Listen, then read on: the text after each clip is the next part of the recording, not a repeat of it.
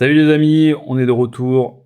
Il est dimanche 22 juin, ça sortira peut-être demain cette vidéo. On est dans une chaleur étouffante, mais j'ai un ventilateur extrêmement discret que vous n'entendrez pas. Je suis pas chez moi, je suis chez ma mère, donc c'est pas un décor qui vous est familier, c'est celui de la chambre de mon petit frère. Mais j'ai quand même le temps de vous faire une petite vidéo. Aujourd'hui, on va parler d'un sujet qui me tient particulièrement à cœur parce que c'est un challenge mental que j'ai depuis pas mal de temps et sur lequel j'ai compris un petit peu les solutions que récemment. Et ça venait d'un questionnement que j'avais qui était pourquoi est-ce qu'il y a des phases dans une aventure entrepreneuriale où tu as l'impression de marcher sur l'eau et d'autres où tu as littéralement l'impression qu'un singe fait un meilleur travail que toi. Si jamais tu débarques et que tu ne sais pas qui je suis, je m'appelle Théo, ça fait un peu plus de 5 ans que je suis entrepreneur. Je suis à la tête d'un groupe qui emploie à peu près 70 personnes au moment où j'enregistre. Et donc je suis totalement au quotidien amené à me poser les questions dont je vais vous parler aujourd'hui, à avoir ce genre de réflexion. J'aurais pu faire une vidéo, d'ailleurs, j'avais une vidéo dans mon backlog qui s'appelait la sinusoïde entrepreneuriale. Et en gros, l'étude des causes de cette sinusoïde.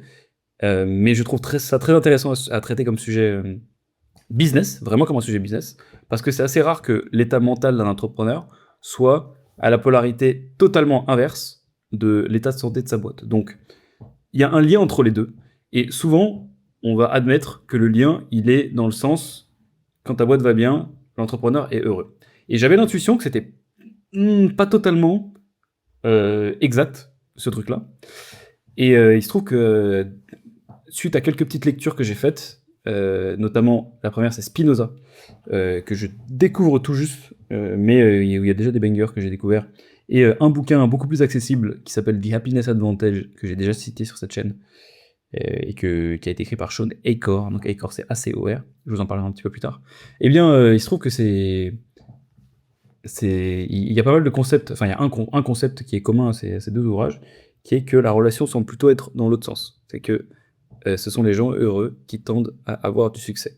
Donc c'est ce dont je vais vous parler aujourd'hui, parce que c'est très aligné avec, disons, la pensée que j'essaie de diffuser via cette chaîne YouTube, qui, si vous suivez un petit peu, c'est en gros mettre l'entrepreneur au centre de la performance. Et te dire qu'en fait, à partir du moment où tu es bien avec toi-même, les challenges s'occupent d'eux-mêmes, ou du moins c'est beaucoup plus facile de les traiter. Et donc, dans cette vidéo, j'ai envie de vous parler un peu de ça, et de voir pourquoi est-ce que dans une optique de trouver... En gros, l'objectif d'un entrepreneur, c'est très simple, c'est de faire les trucs qui vont faire grossir sa boîte. Et ce que j'ai envie de vous parler aujourd'hui, c'est pourquoi est-ce que je pense que être heureux est un grand facilitateur de ça. Pourquoi? Eh bien, première raison, c'est parce que il ne suffit pas de connaître pour faire. Je vais vous expliquer un peu pourquoi. Donc en gros, le contre-argument principal à ce que je vous disais avant, donc être heureux égale une boîte qui grossit, c'est un mec qui va te dire, mais en fait, on a rien à foutre d'être heureux, ce qui est important, c'est juste de faire les trucs qui vont faire grossir ta boîte. Donc en gros, il y a une somme de compétences qu'il faut connaître, enfin qu'il faut avoir, soit tu les as, soit tu peux apprendre à les avoir, tu les fais et c'est réglé. Sauf que, malheureusement, il ne suffit pas de savoir quoi faire ou comment le faire pour le faire. Sinon, eh bien, aucun médecin ne fumerait, personne n'irait manger McDo, et donc il y a une très belle citation d'Ovide que j'ai entendue pour la première fois dans Cosmos, de Fabien Bizet, que je vous recommande vraiment sur Spotify. C'est vraiment le top du top de ce qui se fait d'un point de vue philo, en podcast avec évidemment le précepteur. Donc la citation, elle dit « Je vois le meilleur et je l'approuve, et c'est au mal que je me laisse entraîner ». Bon, ça c'est évidemment, je pense que tout le monde, enfin vous avez tous des expériences qui confirment ce qui est dit dans cette citation, et selon moi, c'est ce qui introduit le fait qu'on doit se pencher en tant qu'entrepreneur sur ces sujets qui dépassent un petit peu le rationnel pur. N'importe qui essaie de monter une boîte se rend compte que c'est pas juste une affaire de faire l'action A qui produit le résultat B. Il y a tous les trucs entre les deux qui t'empêchent de faire cette action extrêmement simple, enfin ce lien extrêmement simple entre deux choses. Et d'ailleurs, je trouve que c'est assez peu traité sous cet angle-là sur Internet. Ça va toujours en fait tendre, et on en reparlera d'ailleurs un peu au dev perso, mais c'est jamais vraiment, je trouve, bien expliqué et bien rationalisé, parce que ça peut rapidement en fait devenir un peu bullshit quand tu l'expliques comme ça. Et j'ai été très surpris de voir qu'il y a pas longtemps, Y Combinator, donc c'est Gary Tan, le CEO en personne, est venu faire une vidéo sur le lien entre les archétypes de Jung et l'entrepreneuriat. Donc je me suis dit, voilà, j'étais content qu'il se lance un peu dans cet angle-là, pour donner des conseils aux entrepreneurs. Voilà, donc ça fait partie un petit peu de ce que Y Combinator du coup enseigne aux entrepreneurs, et j'étais content. Donc en gros, la raison pour laquelle je vous parle de cette citation d'Ovid, c'est parce qu'on passe plus de temps à chercher quoi faire qu'à trouver un moyen de le faire. Et en fait finalement, quand tu y réfléchis, les trucs que tu es censé faire en tant qu'entrepreneur pour faire grossir ta boîte, souvent c'est assez évident. Enfin, c'est pas là où est la difficulté. Ce qui est plus compliqué, c'est d'essayer de comprendre pourquoi est-ce que tu n'arrives pas à les faire, ces trucs simples. Et donc, du coup, comme tu n'arrives pas à les faire, souvent tu cherches un détour, et c'est là où ça commence la cata.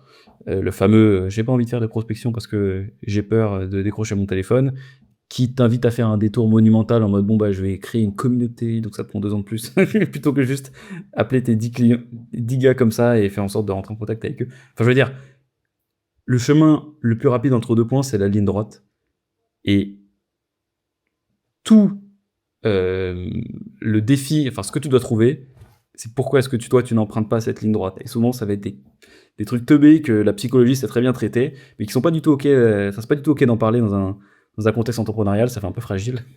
Mais malheureusement, enfin heureusement, ce sont des choses, si tu les traites, tu peux progresser beaucoup plus vite. Et c'est pour ça, je sais pas si vous avez remarqué, mais il y a un moment où en fait le dev perso et les conseils entrepreneuriaux se recoupent un peu chez certains créateurs de contenu, assez peu, comme je vous disais avant, mais parfois tu trouves des conseils en dev perso qui s'appliqueraient bien au business.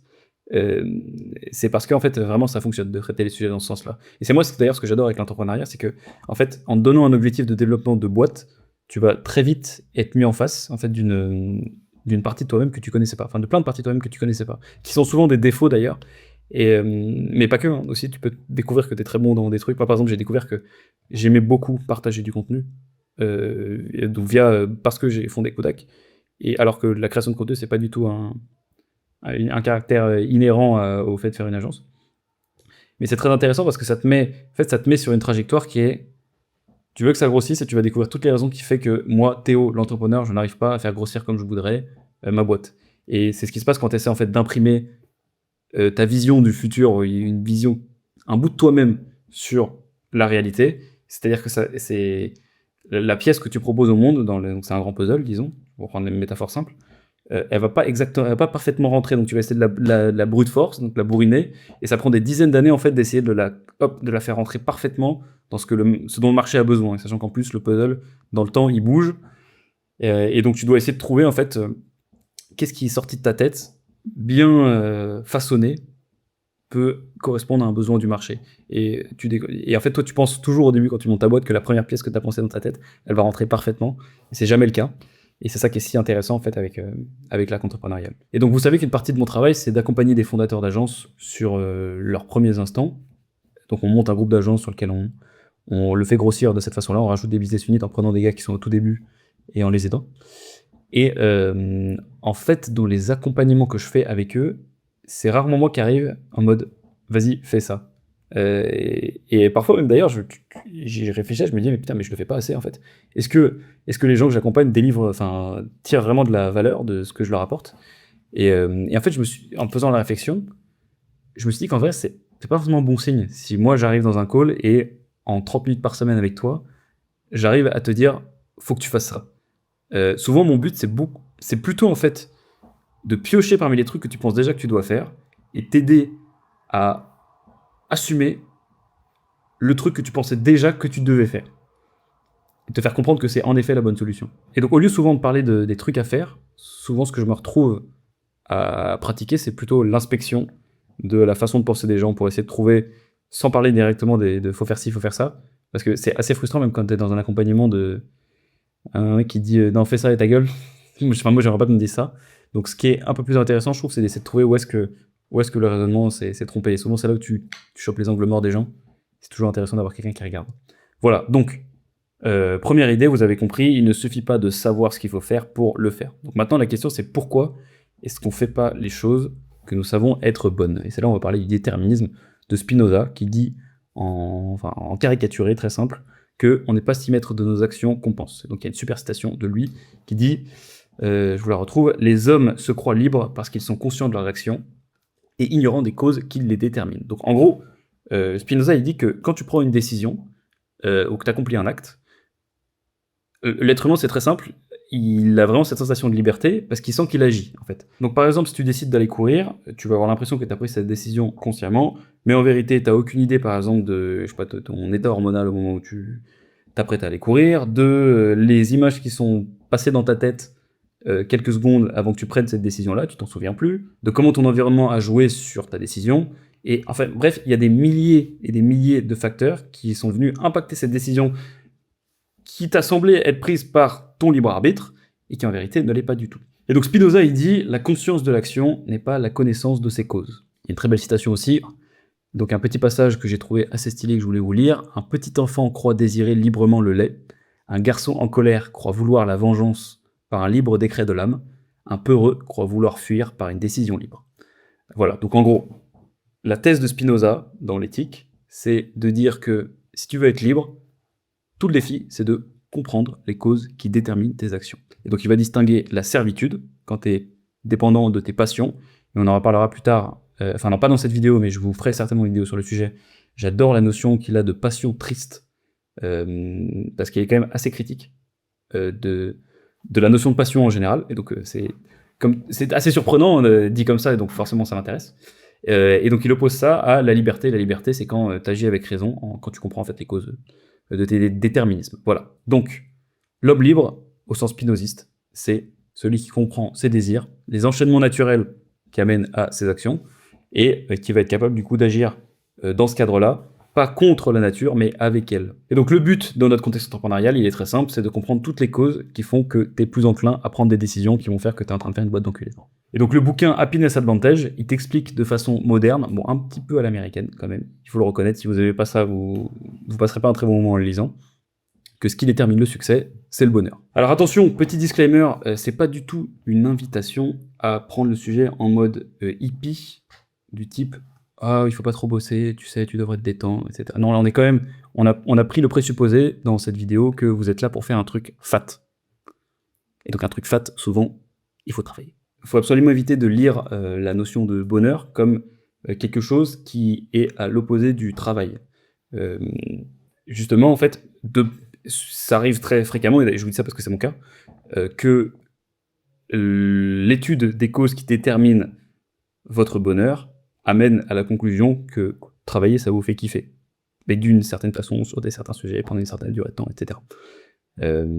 Voilà. Donc, maintenant, on va pouvoir enfin parler de Shawn Achor et de son bouquin The Happiness Advantage, dans laquelle il donne des petites astuces et des trucs qui, de manière générale, sur les humains moyens, parce que on se ressemble beaucoup plus que vous pensez, aident à se sentir heureux. Donc, ça constitue un petit point de départ, mais n'oubliez pas que l'idée de base de Spinoza, c'est que vous devez faire votre étude personnelle de toutes ces choses-là via la connaissance. Donc, Shawn Achor, c'est qui? C'est pas un rigolo, c'est quand même un petit chercheur à Harvard, et donc il a étudié comment est-ce que certaines personnes réussissent mieux, non pas parce qu'elles sont heureuses après avoir réussi, mais parce qu'elles étaient heureuses, ce qui leur a permis de réussir. Et donc, toute sa thèse, c'est que le bonheur n'est pas une conséquence, mais une cause du succès.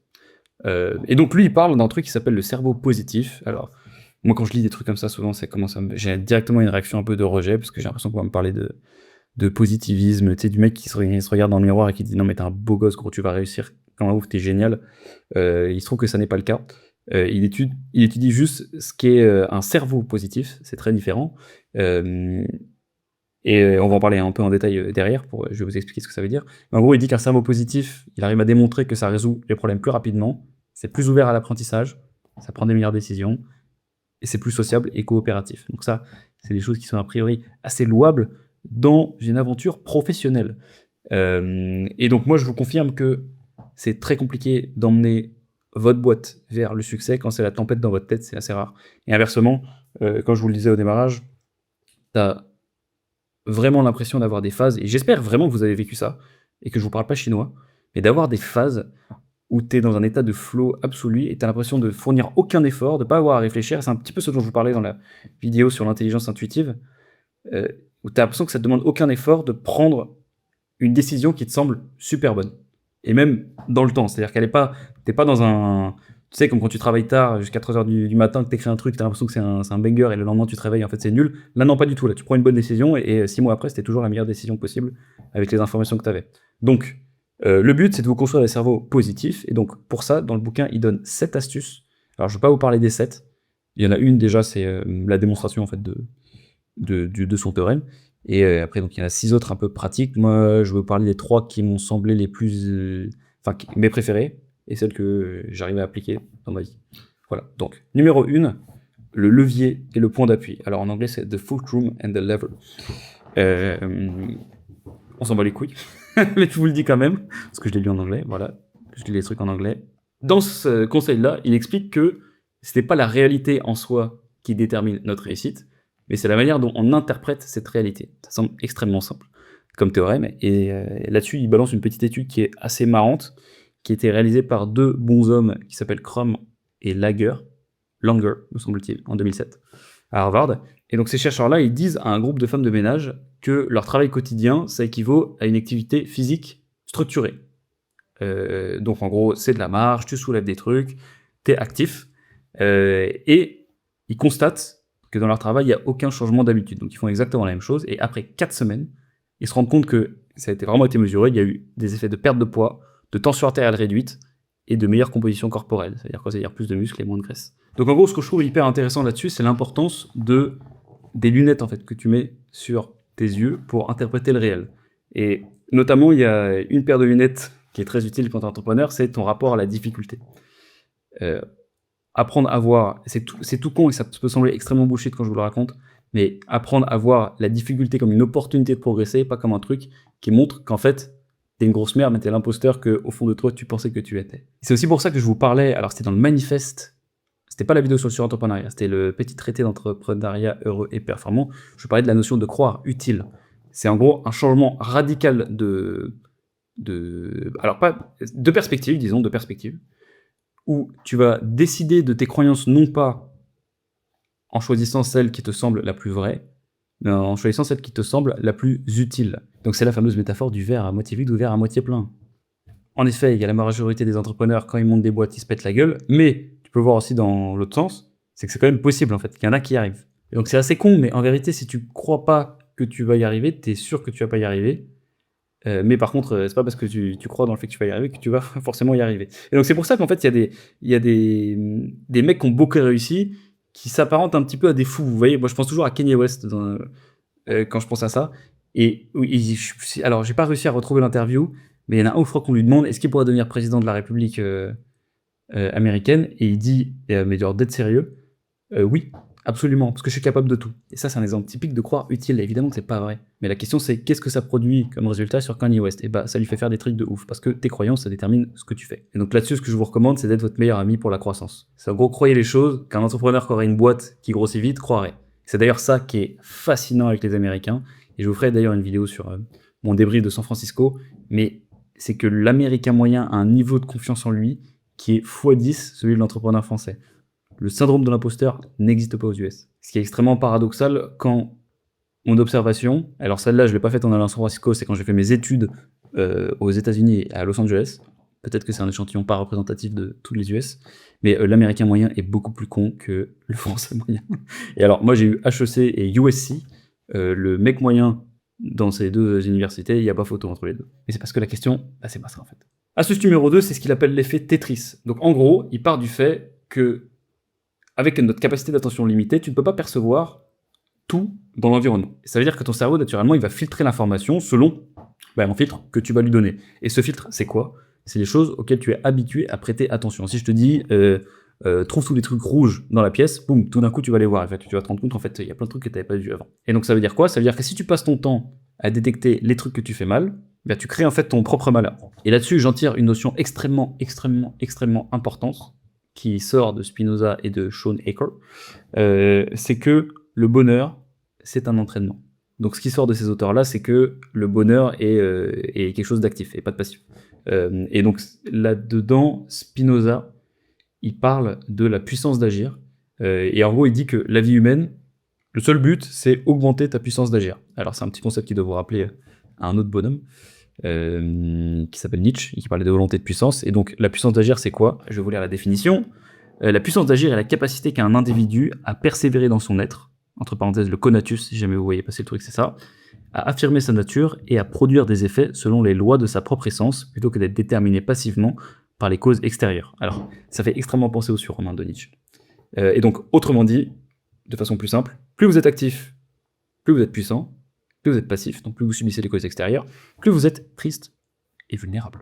Tout ça pour dire que le bonheur, c'est pas un truc qui vous tombe dessus. C'était le numéro 2. Et numéro 3, conseil tout con, mais mon Dieu que ça marche, c'est d'investir dans ses relations sociales. Et c'est un facteur qui est souvent négligé par les entrepreneurs.